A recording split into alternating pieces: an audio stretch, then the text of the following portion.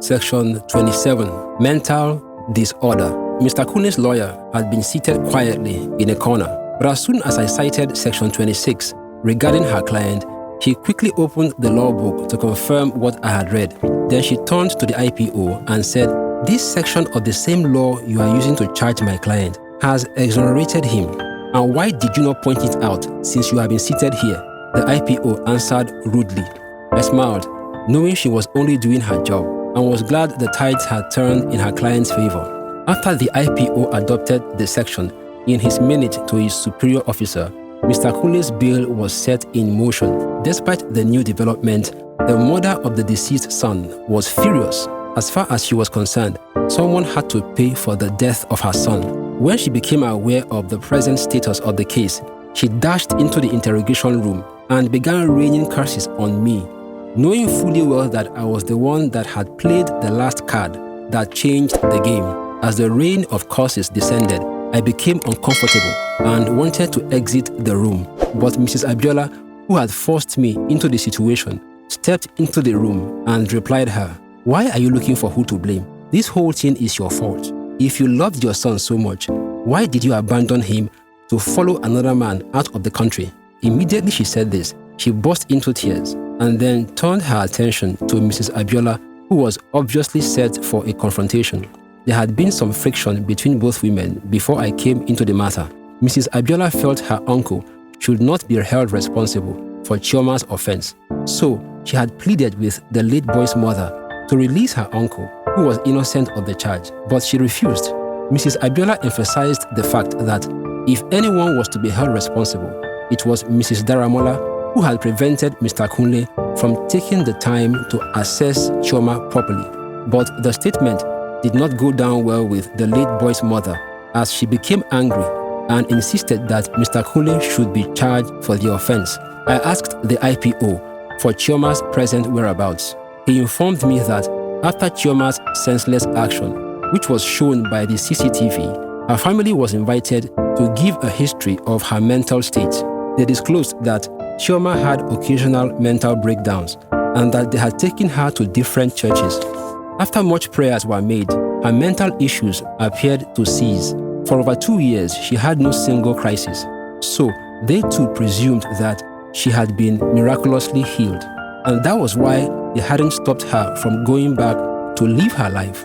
She had written her JAMB examination and was waiting for her result when she saw the vacancy for a house help. She applied and was chosen. In her statement, the mother confirmed that if they knew her mental state was still a threat, she would not have been allowed to apply for the job. The family also stated that when Chioma had her mental crisis, she was never violent, that she only talked gibberish and went about doing some abnormal stuff, such as drinking salt water from the toilet bowl or bathing in the living room. While we were at it, a report arrived from the state psychiatry.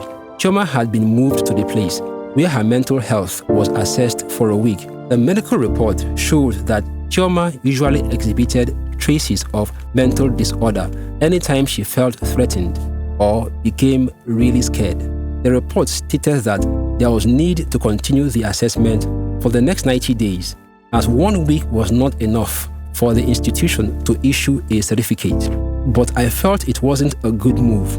Irrespective of the circumstance, it could attract a civil suit that could ruin the entire case. I explained that the police did not have the unilateral authority to facilitate the procedure when a suspect was of unsound mind.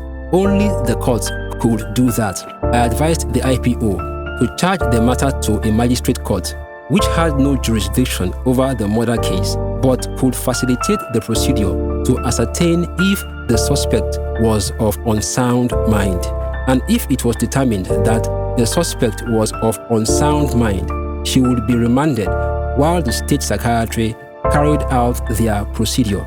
The IPO complied with my idea, and within 2 hours, the suspect was set for court. The IPO also directed the state psychiatry to do another report, directing it to the court, which we also presented in court alongside the 1-count charge of murder. The magistrate found out that the police had authorized the asylum procedure, but before she could emphasize on it, As the suspect's lawyer was trying to make a big deal out of it, I raised my hand and introduced myself as one of the IPOs. I told the magistrate that we had a challenge charging the suspect based on her mental condition so as not to contravene Section 27 of the Criminal Laws of Lagos State 2015 tagged mental disorder, which clearly exonerates people with a mental condition from criminal liability. So, for us to get our facts right, we acted under the directive of Section 11 of the Administration of Criminal Justice Act, ACJA 2015, tagged Examination of Arrested Suspect. The magistrate turned to the state psychiatrist and asked him how long it would take him to examine the suspect. He said 3 months, submitting his report simultaneously. Consequently, the matter was adjourned for 3 months.